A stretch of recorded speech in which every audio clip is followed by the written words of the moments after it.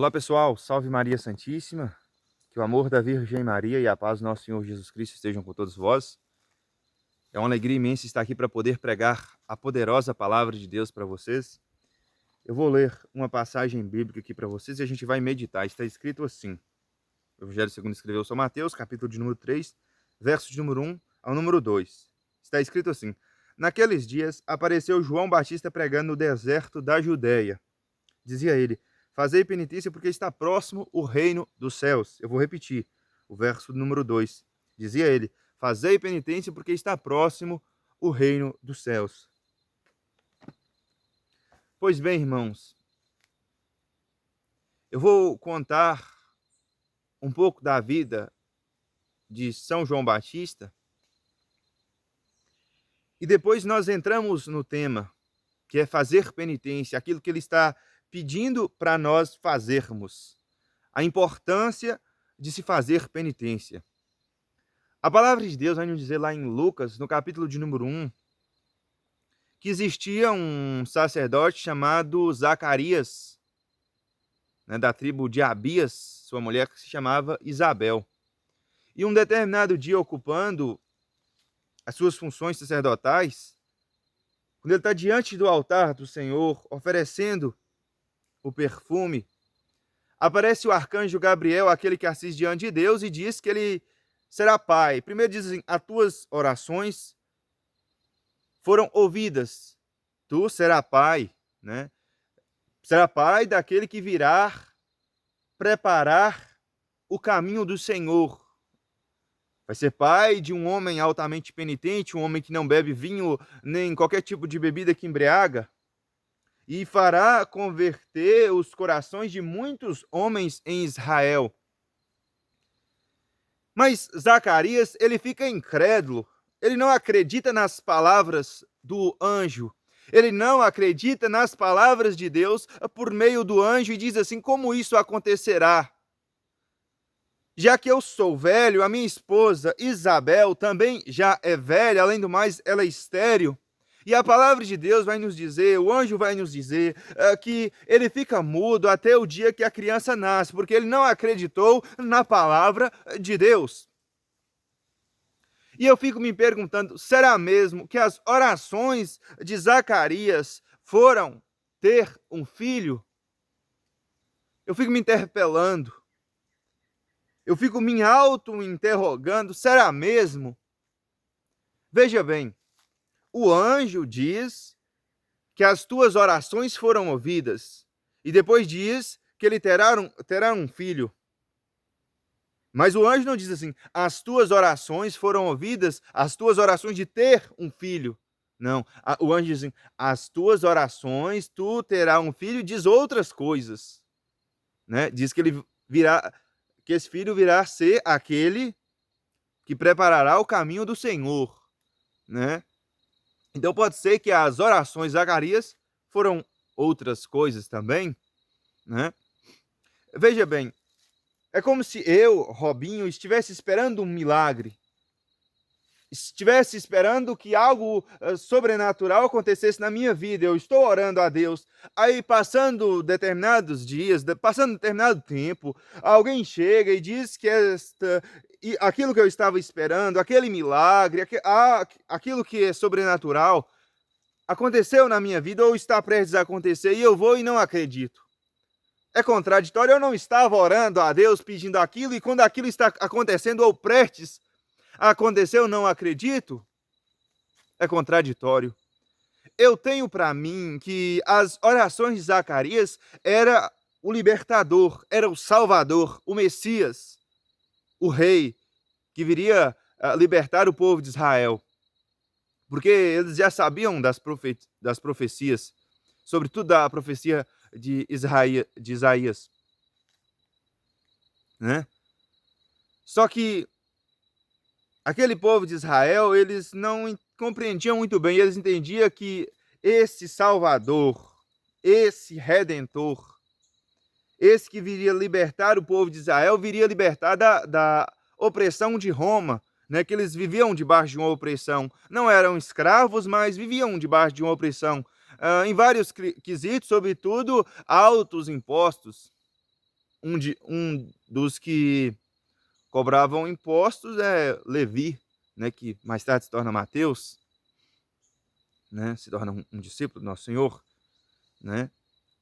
Então, pode ser que as orações de Zacarias eram essa: a chegada do Messias, a chegada do Salvador, a chegada daquele que viria libertar o povo da opressão de Roma, libertar o povo de Israel, o povo eleito, né? E eles viviam um tempo ali que Deus não falava com muita frequência, né? Não existia profetas. É o tempo que os teólogos chamam de interbíblico ou intertestamentário, que foi de Malaquias até a chegada de João Batista, né? Um período de 400 anos. Alguns teólogos diziam que Deus não falava, literalmente, mas Deus falava sim. Deus nunca deixou de falar com o teu povo. Claro que naquele período de 400 anos, Deus falava com menos frequência, né? Com bem menos frequência. Mas são os teólogos protestantes que gostam de levantar essa tese, né? Que Deus parou de falar com o teu povo, né? Mas Deus não parou. Deus falou com menos intensidade. Deus só falava com o teu povo esporadicamente, né? Não tinha profetas, mas Deus falava com o teu povo, né? Já que existia sacerdotes.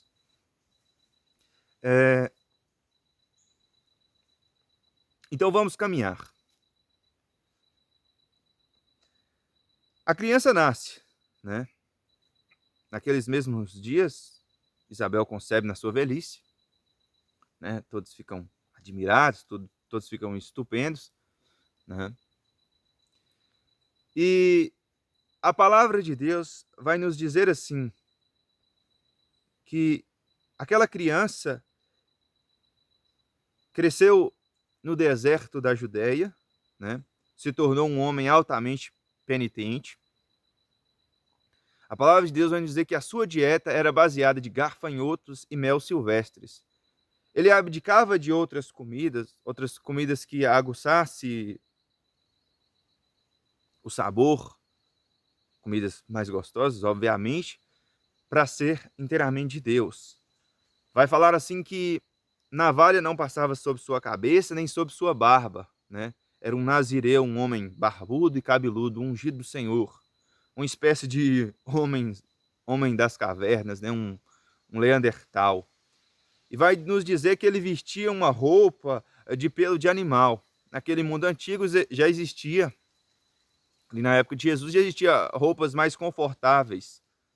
Mas mesmo assim, ele abdicava dessas roupas mais confortáveis para ser inteiramente de Deus. Era um homem extremamente penitente, né? Ele pregava ali no deserto, ele batizava o povo, ele perdoava os pecados daquele povo, né? E ele dizia assim: fazei penitência, porque está próximo o reino dos céus, né? Endireitai as veredas, né? Ele estava preparando o caminho do Senhor. Ele sempre dizia que o Senhor estava chegando, né? O Messias, aquele que viria tirar o pecado do mundo, o Cordeiro de Deus que tira o pecado do mundo. E a grande mensagem, aquilo que eu quero trazer para vocês hoje, é aquilo que São João Batista dizia para aquele povo e automaticamente está dizendo para nós, para toda a humanidade, que nós temos que fazer penitência, né? Se nós não fazermos penitência, nós não vamos aguentar, nós vamos cair no pecado, literalmente. Veja bem, eu estava refletindo ontem, tem coisa que nós podemos fazer, mas nós temos que abdicar destas coisas, que logo é uma penitência, para não vir cair naquilo que nós não podemos fazer, entende? Eu vou usar aqui algumas analogias para vocês entenderem o meu ponto de vista. Veja bem, orar sentado na cama não é pecado, não tem nada de errado, né? Veja bem, tem uma determinada pessoa que está orando sentado na cama à noite.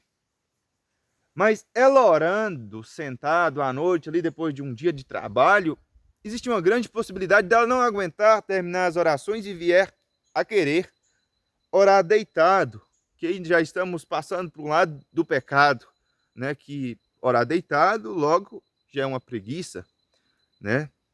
Uma preguiça. Uma preguiça é um pecado, um dos pecados capitais, né? Existe até um relato de São Padre Pio.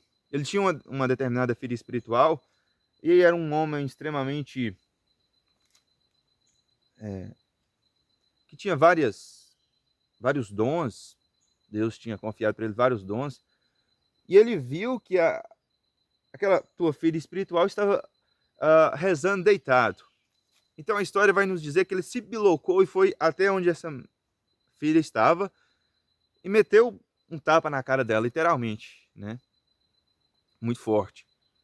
E aí no outro dia ou na outra semana, eu não sei exatamente, uh, esta mulher vai até o convento São Giovanni Rotando falar com São Padre Pio. Por que o senhor me bateu? Aí São Padre Pio explica, porque tu estava rezando deitado, né? Tu estava com preguiça, tu estava com falta de zelo para com o Senhor, né? Então, voltando, se eu orar de joelho, eu estou mais longe do pecado. Logo, orar de joelho é uma penitência, né? Porque dói, porque sofre, porque custa, né?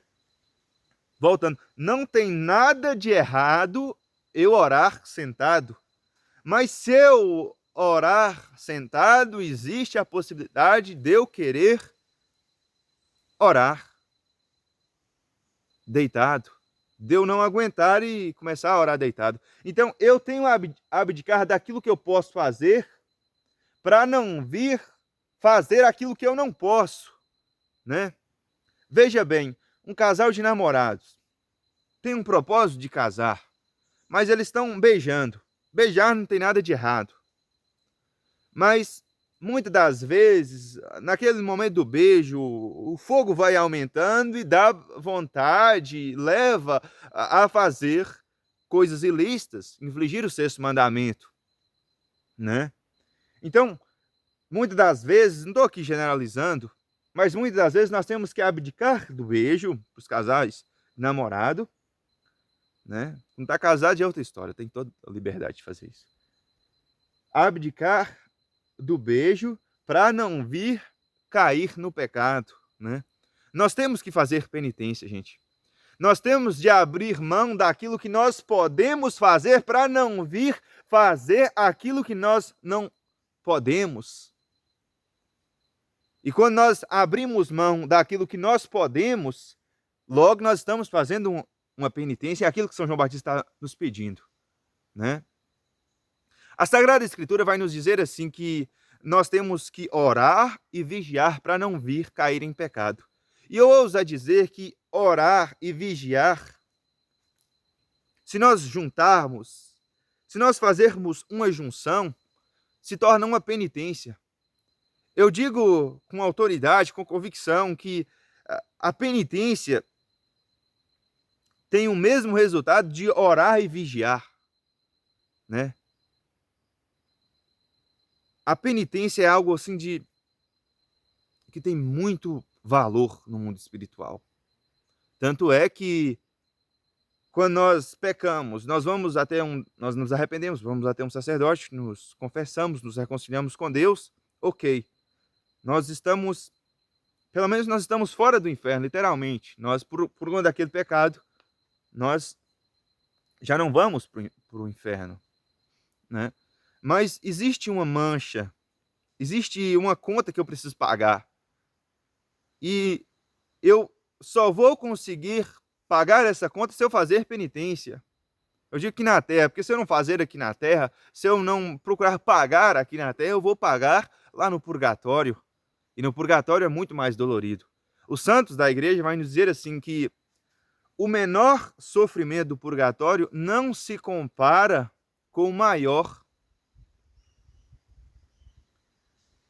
daqui da terra, né? Então, é melhor, e bota melhor nisso, eu fazer uma penitência aqui, eu procurar sofrer aqui, para não vier a padecer lá no purgatório, né? Vamos passar por purgatório, né? Pelo menos aqueles que se salvarem, né? A não ser que Jesus venha antes, né? Mas nós temos que trabalhar duro, nós temos que trabalhar pesado para ficar pouco tempo lá, né? Que o mesmo fogo do purgatório é o mesmo do inferno, né? O trem lá vai ser dolorido, né? Então eu tenho que fazer penitência. O caminho do Senhor, gente, é sempre aquele caminho mais difícil, aquele caminho com obstáculos, aquele caminho com espinhos. A porta da salvação é sempre a porta estreita, aquela porta que tem que se apertar, tem que deixar as coisas para trás, pelo menos as coisas ruins, para conseguir passar naquela porta. Já a porta da condenação, né, é uma porta larga. Você não precisa fazer absolutamente nada para passar por ela, né? Ou seja, para ir para o inferno você não precisa fazer absolutamente nada. Agora, para ir para o céu, eu tenho que abdicar de muita coisa. Para ir para o céu, eu tenho que sangrar, né? No céu só entra santo. E para alcançar a santidade, para ser santo, é algo que arranca sangue, é algo que arranca pedaço, é algo dolorido, né? É algo sofrido. O caminho do Senhor é um caminho sofrido.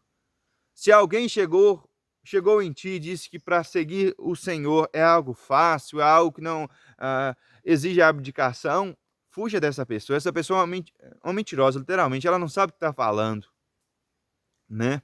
Jesus disse: se quiseres me seguir, renuncie a si mesmo. Ou seja, eu tenho que renunciar às minhas próprias vontades, às minhas vontades carnais. Jesus diz: tome a sua cruz e siga-me. Eu tenho que carregar uma cruz, né? Deus, nosso Senhor Jesus Cristo, deixou uma cruz para cada um de nós. Nós temos que carregar uma cruz, nós temos que carregar um fardo. Claro que o Senhor, ele não vai mandar um fardo mais pesado daquilo que nós podemos carregar, né? O nosso Senhor conhece as nossas forças, e as nossas forças mais nada é do que as forças de Cristo. Nós só vamos aguentar porque o Senhor nos ajuda, né? E o Senhor manda armas para nós aguentarmos essas tribulações, né? E uma grande arma é a vida penitente, é fazer penitência. É só assim que eu vou aguentar as tribulações, os desabonos desta vida, sem largar o caminho do Senhor, sem desviar para outros caminhos, né? O caminho do inimigo. Eu tenho que fazer penitência. Porque se eu ficar fazendo aquilo que eu posso, mas aquilo que é muito fácil, eu vou entrar na zona de conforto, eu vou ficar no comodismo e mais cedo ou mais tarde eu vou cair no pecado, né? Então eu tenho que abdicar daquilo que eu posso para eu não vir fazer aquilo que eu não posso, né? Então é isso, acho que vocês compreenderam a mensagem. Oxalá que vocês comecem a fazer penitência, né? Tenham uma vida penitente, leve isso para suas vidas, né? Não precisa ser todo dia, né? Mas tenha uma vida penitente. Bote uma penitência na tua vida, depois que tu tá achando ela muito fácil, aí tu tira ela, coloca outra e vai trocando e vai oferecendo para o Senhor de coração contrito, né? A melhor hora para oferecer, a hora mais propícia é no momento da Santa Missa, quando o sacerdote diz ofertório, né? Aí tu oferece para Deus, tu baixa a cabeça e oferece as tuas oferendas para Cristo, oferece as tuas orações, oferece a tua vida, naquele momento que os anjos vão pegar e levar para Deus. Então é isso, louvado seja o nome do nosso Senhor Jesus Cristo, a Mãe Maria Santíssima, para sempre sejam louvados.